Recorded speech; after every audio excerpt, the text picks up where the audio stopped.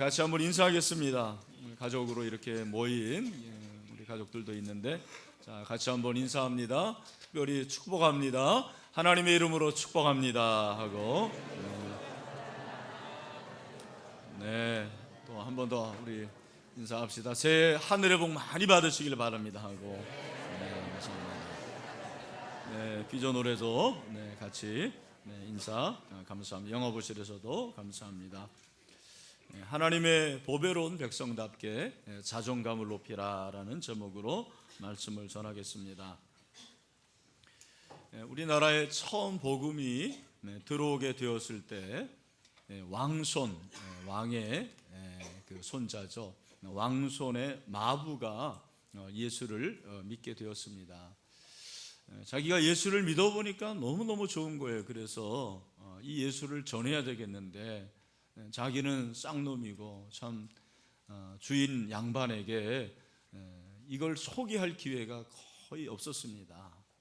그래서 이제 기도하는 가운데서 기회를 호시탐탐 노리고 있었는데 드디어 이제 기회가 왔습니다. 그래서 마부가 왕손에게 나으리 예수를 믿으십시오 그렇게 얘기를 하니까, 왕손이 정색을 하면서 야, 이놈의 자식아, 너 같은 쌍놈이 예수 잘 믿으면 누가 양반만으로 시켜준다고 하더냐? 그렇게 으름장을 놓으면서 핀잔을 주었습니다. 그 말을 들은 마부가 이렇게 대답했다고 합니다. 나으리, 예수 믿는 도리는 그런 것이 아닙니다. 제가 예수 잘 믿으면 마부 노릇 더 잘해야지요. 이렇게 대답을 했다라는 거예요. 참 이 한마디가 우리에게 주는 도전과 교훈이 있다고 생각을 합니다. 그냥 예수 잘 믿어서 개가천선하고 지긋지긋한 이 쌍놈의 행세를 다 청산하고 양반 노릇 하겠다라는 게 아니에요.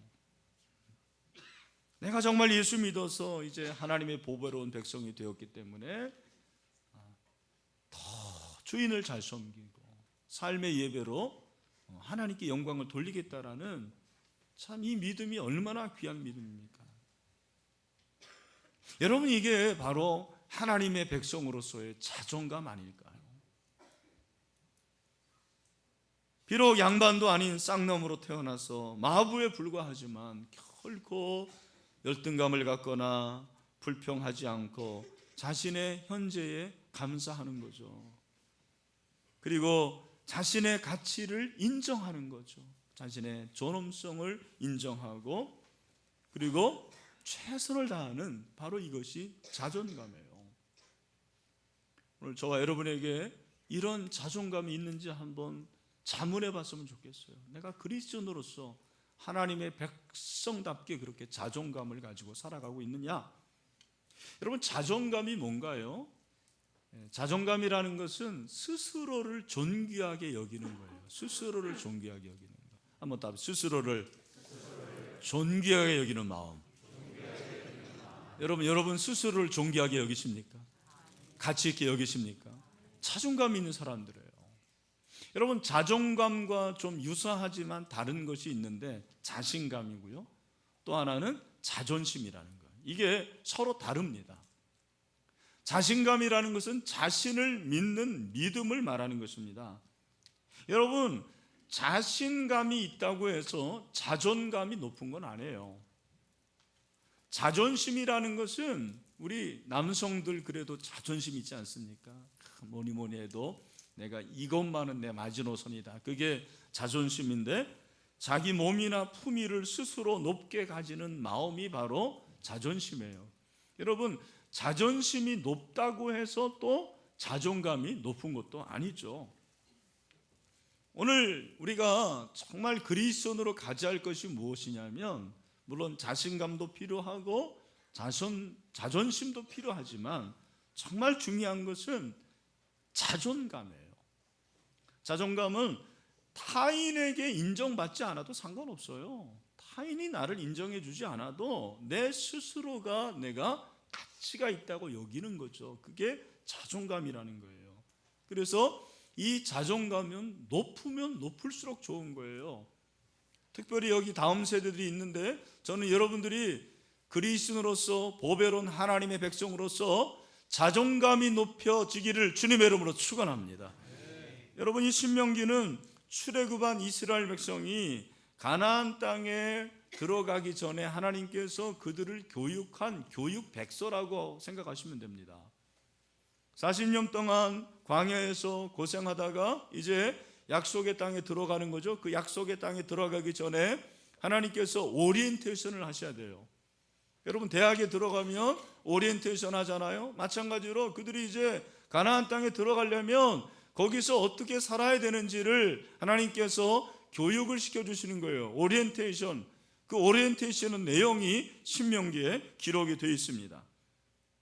여기 보니까 26장이면 신명기의 거의 마지막 부분, 결론의 부분인데 하나님께서 이스라엘 백성들에게 뭐라고 말씀하시냐면 18절을 우리 다 같이 한번 읽어보겠습니다. 자, 여기 자막도 나오는데 다 같이 크게 시작. 여호와께서도 내게 말씀하신 대로 오늘 너를 그의 보배로운 백성이 되게 하시고 그의 모든 명령을 지키라 하건하셨느니라. 아멘. 오늘 너를 그의 보배로운 백성이 되게 하셨다, 그렇게 말씀하고 있어요. 보배롭다, 얼마나 가치 있고 존귀하게 여기는지 보배로운 백성이라는 이 단어에 다 함축이 되어 있다고 생각을 합니다. 하나님이 저와 여러분을 볼 때요, 사실은 죄밖에 안 보여요. 늘 말씀드리죠. 하나님은 거룩하신 분이기 때문에 우리가 하나님을 만날 때 사실은 죄밖에 드러나지 않는 거예요. 그런데 하나님이 어떻게 이스라엘 백성들을 보시면서, 저와 여러분을 보시면서 보배롭다고 그렇게 말씀하십니까? 이런 표현이 어떨지 모르지만 하나님의 눈에 뭔가 씌워졌어요. 그래서 저와 여러분을 보는데 너무너무 사랑스러운 거예요. 정말 사랑스러운 거죠. 보배롭고 존귀하게 여긴다는 것이 바로 그거예요. 이것이 바로 영적인 자존감의 근거라고 저는 생각을 합니다. 여러분, 하나님이 저와 여러분을 얼마나 귀하게 여기는지 모른다라는 거죠. 성경 곳곳에 그런 말씀이 기록이 되어 있습니다. 우리 다 같이 이사야서 43장 4절 말씀도 같이 한번 읽어봤으면 좋겠죠. 우리 다 같이 시작. 내가 내 눈에 보배롭고 존귀하며 내가 너를 사랑하였은즉 내가 내 대신 사람들을 어떻게 해요? 내어주며 백성들이 내 생명을 대신하리니. 아멘. 하나님의 눈에 보배로운 거예요. 보배로운 거. 여러분, 이때 이 보배롭다라는 것은 그냥 표현하면 안 되고 정말 우리가 좀 감정을 섞어서 감정이입을 해야 돼요. 우리 다 같이 한번 좀 보배롭고를 좀 깊이 자가 시작. 여러분이 저가 그런 사람인 줄로 믿습니다. 보배롭고 존귀한 사람이 됐다라는 거예요. 시편에도 보니까 시편 100편 1절에서 3절에 하나님께서 그렇게 말씀하시는 거죠. 우리 다 같이 한번 읽겠습니다. 시작. 온 땅이여 여호와께 즐거운 찬송을 부를지어다. 기쁨으로 여호와를 섬기며 노래하면서 그의 앞에 나아갈지어다. 그 다음에 여호와가 우리 하나님이신 줄 너희는 알지어다. 그는 우리를 지으신, 우리를 어떻게 했다고요? 지으셨습니다. 여러분, 하나님이 우리의 창조주십니다. 할렐루야. 우리는 그의 것이니 하나님이 창조했으니까 저와 여러분은 어떻게 되는 거예요? 하나님의 소유가 되는 것입니다. 그의 백성이에요. 여러분, 우리는 하나님의 백성입니다. 하나님 나라의 백성입니다. 하나님 나라의 국민입니다. 그의 기르시는 양이라고 그랬어요. 여러분, 양은 목자를 따라가야 돼요. 하나님이 저와 여러분의 목자가 되십니다. 그러므로 부족함이 없습니다. 저와 여러분이 얼마나 존귀한 자인지, 정말 가치가 대단한지 모르겠어요. 여러분 얼굴에 그런 은혜가 있게 되기를 소원합니다. 제가 이렇게 가치가 있다고 해도 어떤 사람은 잘 느껴지지가 않는 것 같아요. 역시 여러분들은 돈으로 얘기를 해야 돼요. 그래야지 좀 감이 오는 것 같아요. 여러분, 우리나라 화가가 그린 그림 중에서 제일 비싼 그림 아시죠? 빨래터. 경매시장에서 45억 2천만 원에 낙찰이 됐어요. 여러분 자녀들 화가를 시키시길 바랍니다. 그런데 전 세계에서 제일 비싼 미술품은 뭘까요? 레오나르도 다빈치의 뭐죠? 모나리자의 미소. 모나리자의 미소. 얼마겠습니까? 가격을 매기지를 못한대요. 너무 비싸가지고. 근데 저는 한 가지 물어볼게요. 어떤 사람이 여러분에게 와가지고 내가 이 모나리자의 미소를 팔 테니까 네 아들을 달라, 딸들을 달라. 그럼 여러분 주겠습니까?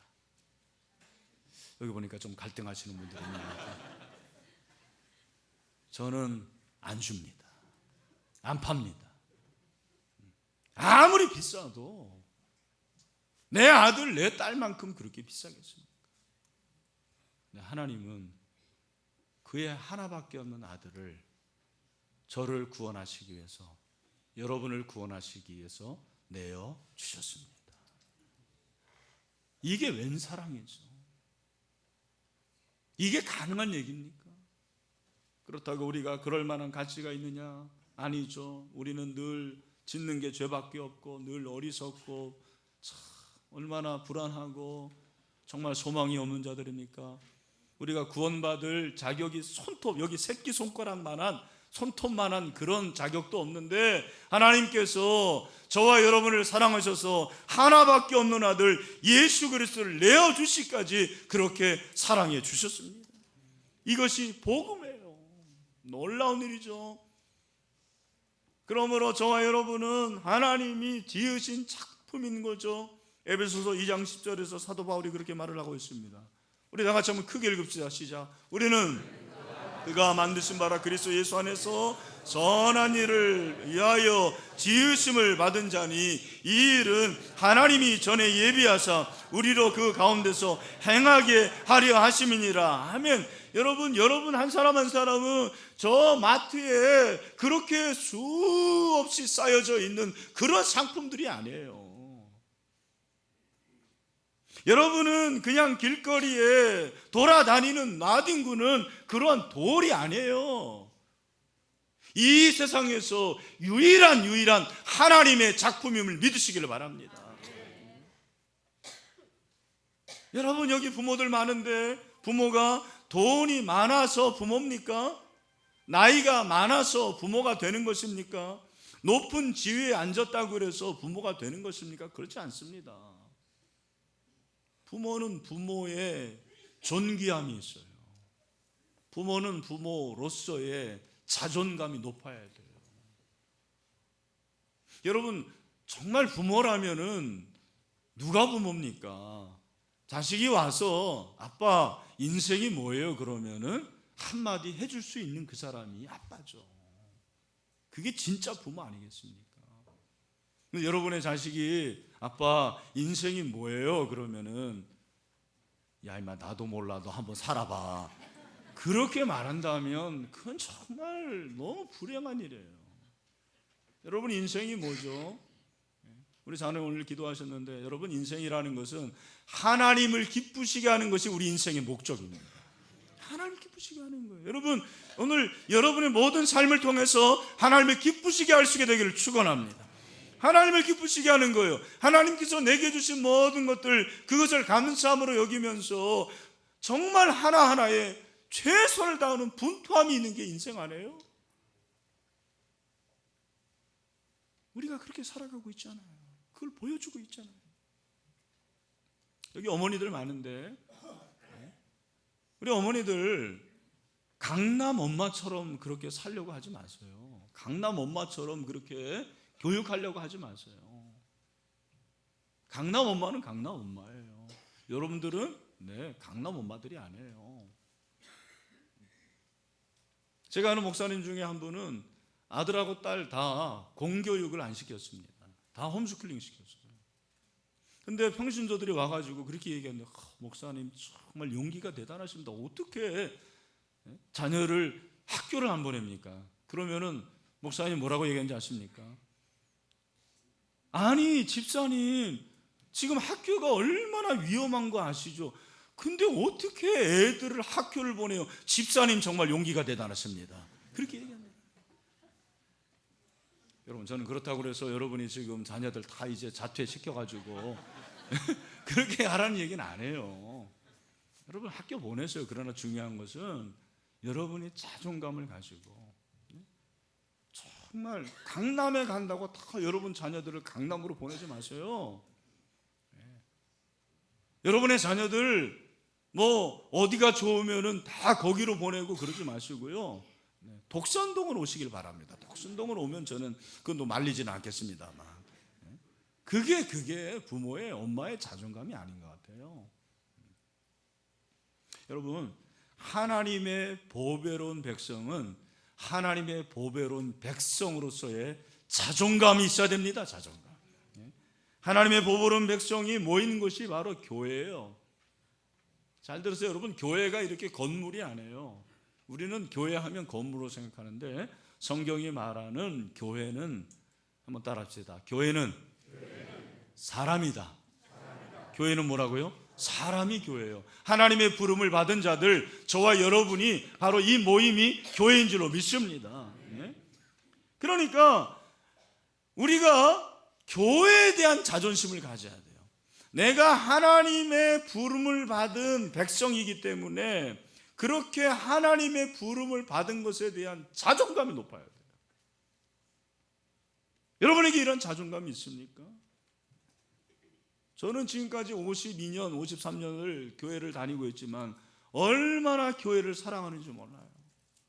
교회에 대한 자존감이 정말 저는 높다고 생각해요. 그 중에서도 정말 저에게 높은 정말 교회 하나가 있어요. 그 교회 여러분 아십니까? 3부는 좀 형광등이네 보니까. 무슨 교회죠? 신일교회. 할렐루야. 신일교회에 대한 자존감이 얼마나 높은지 모르겠어요.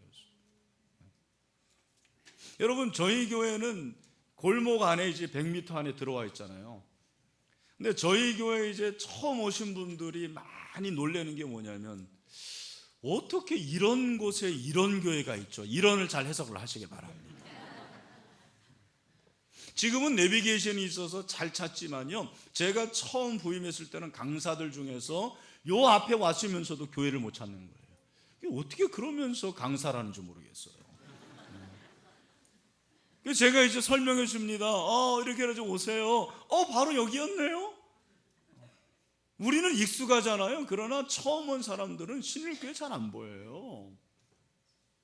여러분, 이 교회에 오늘도 이렇게 새 가족이 왔지만 매주 새 가족이 오는 것이 기적인 줄로 믿습니다. 여러분, 우리 교회에 이렇게 다음 세대들이 계속해서 자라나고 청년들이 이렇게 모이는 것은 기적이에요. 기적. 알고나 다니시길 바랍니다. 자부심을 가지시길 바랍니다.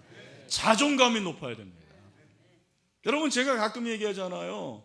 우리 교회 처음 부임했더니 권사님들 참 기도 잘하시는데 정말 제 귀에 거슬린 게 뭐냐면, 우리 신일교회에 독산동 골짜기 있다라는 거예요. 제가 그 얘기 좀 빼라고 그랬습니다. 왜 우리가 골짜기에 있냐고. 여러분, 지금 금천구의 중심이 여기가 되고 있지 않습니까? 할렐루야.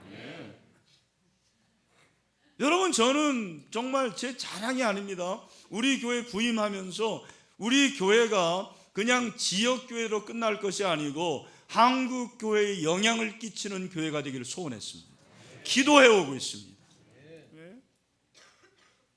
그래서 저는 우리 교회가 그냥 여기에 머무는 정도가 아니고 좀 알려지고 우리 교회에 좋은 소문들이 나서 우리 교회를 통해서 좋은 모델의 그러한 역할을 하면 좋겠다라는 마음이 있었습니다. 그래서 제가 훈련원에 있었던 김권주 목사가 출판 담당이었는데, 제가 부임한 후에 얼마 후에 그런 얘기 하더라고요. 이 목사님도 목회 잘해서 우리 훈련원에서 신일교회 얘기 출간했으면 좋겠습니다. 제가 뭐라고 할게요? 아멘 했습니다. 여러분, 그대로 되는 줄로 믿습니다. 제가 이번 주에 탈고해서 제일 먼저 보냈어요. 김건주 목사, 당신은 잊었을지 모르는데 우리 교회 지금 이야기 썼어. 한번 좀 봐줘. 여러분, 자존감이에요, 자존감. 우리 여기 있는 다음 세대들, 여러분이 어떠한 가정에서 태어나고 여러분의 능력이 어떻고 여러분의 IQ가 어떻고 여러분의 외모가 어떻든 그건 정해진 거예요. 여러분, 정해진 것에 여러분 목숨을 걸지 마세요. 여러분, 얼마든지 할 수 있는 하나님의 세계가 열려져 있습니다. 여러분, 한국교회에 대한 자존감이 사실 떨어질 때가 많아요. 매스컴을 이렇게 접할 때마다 그렇습니다. 참, 제가 지금까지 목사가 된 것에 대해서 부끄러워 본 적이 없는데, 정말 지난주에 그 사건을 접하고서 제가 아내한테 그렇게 얘기했습니다. 여보, 나 이제 밖에 나가서 목사인 거 얘기 못할 것 같아요. 그렇게 얘기했습니다. 너무너무 부끄럽습니다. 죄송하고요. 근데 여러분, 2000년의 기독교 역사 가운데서 항상 교회에는 꾸정물이 있어 왔어요. 꾸정물이 아니고 표준말로 하면 구정물입니다. 구정물이 없을 때는 없었어요. 근데 중요한 것은 구정물 때문에 그 안에 있는 알맹이까지 버리면 안 돼요. 미국 격언에 그런 얘기가 있습니다. 목욕물과 함께 아기를 버리지 마라. Don't throw away the baby with the bathwater 그랬어요. 여러분, 엄마가 아기를 이렇게 찢기면 꾸정물이 나오죠. 뗏물이 나오는데 뗏물이 나왔다고 그래서 그냥 아기도 버립니까? 그러면 그 엄마는 제정신이 아니에요. 하나님의 교회가 구정물이 나올 때가 있어요. 하나님의 교회가 타락한 사람들이 나올 수도 있습니다. 그러나 여러분, 하나님의 교회에 대한 여러분 자존감을 버리지 마시길 바랍니다. 지금도 여러분 훌륭한 목사들이 얼마나 많은지 몰라요. 엘리야 시대에 바알에게 다 무릎 꿇은 것 같았지만 바알에게 무릎 꿇지 않았던 7,000명의 선지자를 하나님께서 숨겨주셨다고 그랬어요. 오늘날도 저는 늘 그렇게 생각합니다. 타락한 목사들이 많고 참 이렇게 실수하는 허물 많은 목회자들이 있는 것이 사실이에요. 그러나 그건 극소수입니다. 여러분, 지금도 훌륭한 목회자들이 얼마나 많은지 몰라요. 바알에게 무릎 꿇지 않고 올곧게 믿음을 지키고 복음의 진리를 위해서 자기 한평생을 바치는 그런 목사들이 얼마나 많은지 몰라요. 우리 사랑하는 다음 세대들이요, 여러분들이 교회에 대한 자존감이 있게 되기를 축원합니다.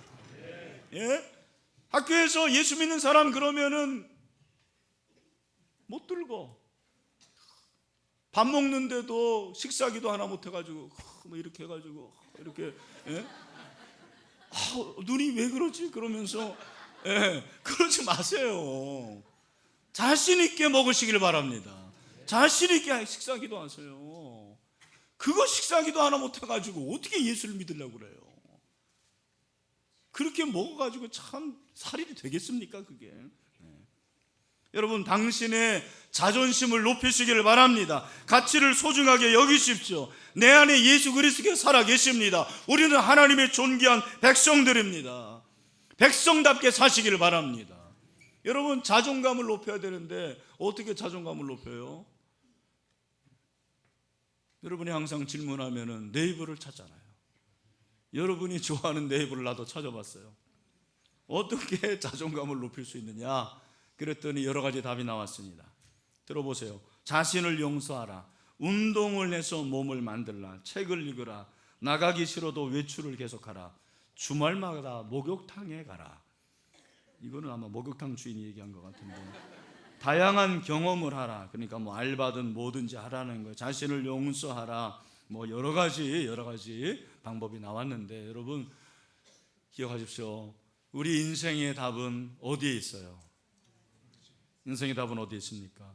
성경에 있습니다. 성경에. 할렐루야.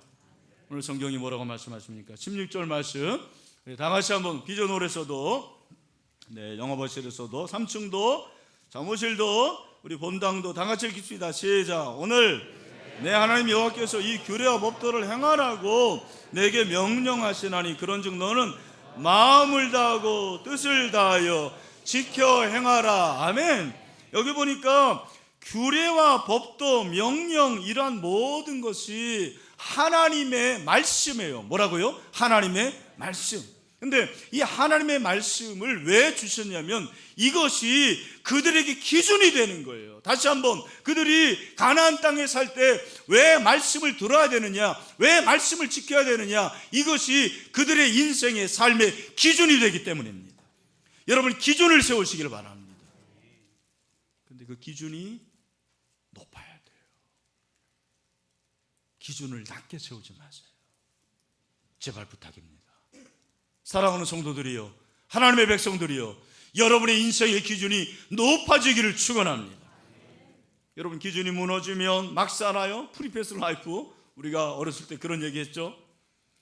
성경적으로 말하면 자기의 소견에 오른 대로 행하는 거예요. 사사기 시대. 여러분, 지금 이 시대가 사사기 시대처럼 그런 시대라고 생각하지 않습니까? 자기 마음대로 살아가는 거. 왜? 기준이 없기 때문에 그래요. 왕이 없다라는 것은 하나님이 없는 것이고, 하나님이 없는 것은 기준이 없는 것입니다. 여러분, 여러분에게 하나님이 기준이 되시고 여러분에게 말씀이 기준이 되기를 축원합니다. 성경의 보배로운 하나님의 백성으로 기준을 가지고 산 사람들이 많아 나와요. 그 중에 한 사람이 저는 다니엘과 제 친구라고 생각해요. 다니엘과 제 친구가 노예로서 포로제로 잡혀갔을 때, 여러분, 그들이 똑똑했어요. 얼마나 대단한 엘리트인지 모릅니다. 그런데 음식을 먹으려는 거예요. 그 음식이 뭐냐면 느부갓네살 왕에게 바쳐진, 우상에게 바쳐진 음식이었어요. 여러분, 그 음식을 먹으면 어떻습니까? 그러나 그것이 그들에게는 용납이 안 됐어요. 왜? 기준이 있기 때문에. 하나님이 원하시지 않는 음식을 먹으면 안 되겠다. 왕의 진미와 그에 맞이는 포도주로 우리 더럽히지 않겠다. 이야, 이게 그 기준이었어요. 열흘을 한번 시험해보자. 만약에 우리가 채소만 먹고 물만 마셔도 그들보다 더 얼굴이 좋고, 그리고 그들보다 더 윤택하면, 더 멋있으면 얼마나 좋으냐. 만약에 그렇지 않으면 어떻게 되나? 우리는 죽겠다라는 거예요. 목숨을 내갑니다. 여러분, 자존감이라는 것은 피투성이가 되더라도 내 것을 지키는 게 자존감이에요. 에스겔서에 보니까 16장 5절부터 6절, 아무도 너를 돌보아 이 중에 한 가지라도 내게 행하여 너를 불쌍히 여긴 자가 없었으므로 내가 나던 날에 내 몸이 천하게 여겨져 내가 들에 버려졌느니라. 내가 내 곁으로 지나갈 때에 내가 피투성이가 되어 발짓하는 것을 보고 내게 이르기를 너는 피투성이라도 살아있으라. 다시 이르기를 너는 피투성이라도 살아있으라. 이 말씀이 저에게 주시는 말씀이었어요. 오늘날 우리 목사가 정말 피투성이가 됐어요. 그런데 성경은 말하는 거예요. 피투성이라도 살아있으라. 한국교회 피투성이가 된 것 같아요. 만신창이 됐어요. 더 이상 공격을 받을 데가 없어요. 인터넷에 가보면은 정말 너무 부끄럽습니다. 말씀하신 게 뭐냐면 피투성이라도 살아 있으라. 피투성이라도 살아 있으라. 여러분, 살아 있기를 바랍니다. 그게 우리 자존감이 돼야 돼요. 여러분, 여러분이 가지고 있는 것에 대해서 절대로 불평하지 마세요. 원망하지 마세요. 모든 것이 감사한 줄로 믿습니다. 제가 얼마 전에 부천 성망교회 이찬영 목사님이 쓴 책을 읽었는데, 이분이 예수님을 20대에 영접했어요. 사실 배운 것도 별로 없고, 보니까 잘생긴 것도 아니고, 집도 가난하고, 가진 것도 별로 없고, 어떻게 보면 우리 시대에서 이런 분들은 루저입니다. 근데 이분이 예수를 믿고 났는데 가슴이 너무 뜨거운데 어떻게 할 줄 모르겠는데 생각한 게, 자기가 교사를 했으면 좋겠다는 거예요. 교사를 해야 되는데 청소는 애들은 자신이 없고, 그래도 만만한 게 아동부니까 그 애들을 가르치려고 그러는데, 이야, 교사도 만만한 게 아닌 거예요. 새해에 애들을 받을 때는 그래도 몇 명 되는데 연말 되면 다 떨어져 나가는 거예요. 근데 그도 그럴 만한 게 이분이 숫기가 너무 없는 거예요. 어렸을 때부터. 초등학교 때 처음으로 그 여자친구 생일 파티에 초대를 받아서 갔는데, 이제 뭐 시골에서 왔는지는 모르겠지만 게임을 하는데 게임만 하면 이분이 걸리는 거예요. 게임 걸리면 어떻게 됩니까? 뭘 해야 돼요?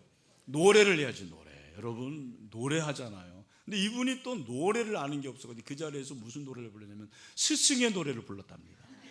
끝나니까 야 집에 가자, 다 가자라는 거예요. 완전히 판 깨는 애로.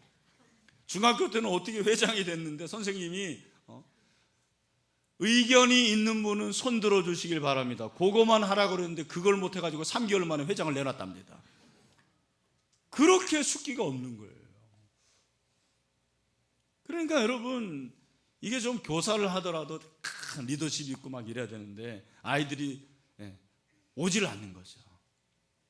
그래서 이분이 이제 어떻게 해야 되겠느냐 해서, 비록 자기가 이렇게 열등감이 충만하고 자존감이 낮지만 기도하면 되겠다. 여러분 할렐루야, 기도하면 될 줄로 믿습니다. 그래서 매일 밤에 교회 나가가지고 강대상 밑에 수로풀 깔고 이제 기도를 시작한 거예요. 근데 여전히 마음속에는 거짓 메시지가 살아있는 거예요. 야, 너 그렇게 숫기도 없고 남들 앞에서 말도 한마디 못하고 네가 무슨 교사냐, 학생들이 뭘 너를 따르겠느냐, 조용히 교회만 다녀도 되는데 뭔 일을 하겠다고 그렇게 사람 앞에 나서냐, 나대지 마라. 근데 그럴 때마다 하나님께 솔직히 고백했답니다. 그 책에 이렇게 써져 있어요. 주님, 잘하고 싶습니다. 정말 잘하고 싶습니다.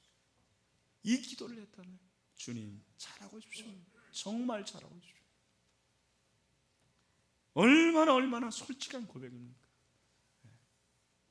근데 하나님께서 어느 날 기도를 하는데 한 2달 지났을 때 신기하게 새로운 아이들이 눈에 들어오더라는 거예요. 여러분 주일학교도 텃세가 있습니다. 오래 다닌 애들은 선생 알기를 우습게 여기는 거예요. 근데 이 새로운 아이들은 선생님을 귀하게 여기니까 이 새 가족이죠. 그러니까 진짜 새 가족 아이들이 이분에게 와가지고 선생님이 좋아요. 점점점 아이들이 붙게 되고, 가르친 애들 중에서 목회자가 3명이나 나왔답니다. 이 교회가 지금 전국에서 주일학교가 제일 잘 되는 교회 중에 하나예요. 그런 목사님이 됐어요.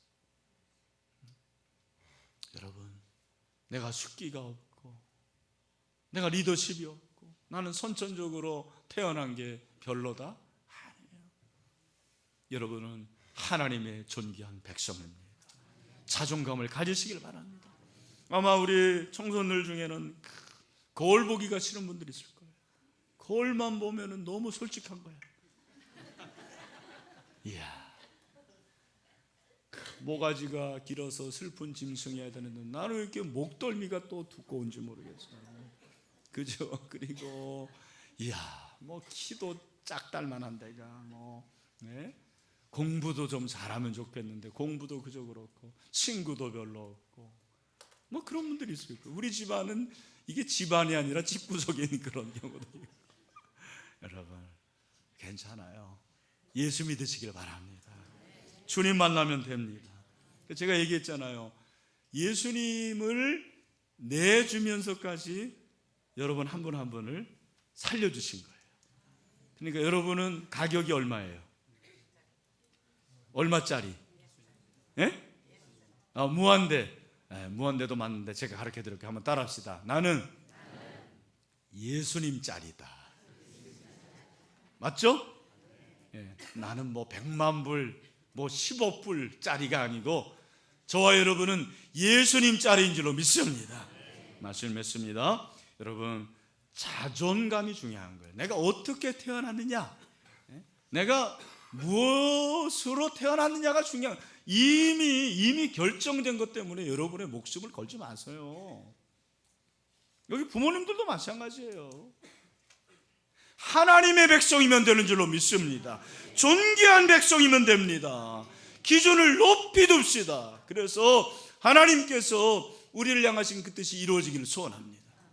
마지막으로 19절, 여러분 어떤 은혜를 주십니까? 이렇게 하나님의 존귀한 백성으로 기준을 높이 세우면 19절 다 같이 읽읍시다. 시작. 그런즉 여호와께서 너를 그 지으신 모든 민족 위에 어떻게 해요?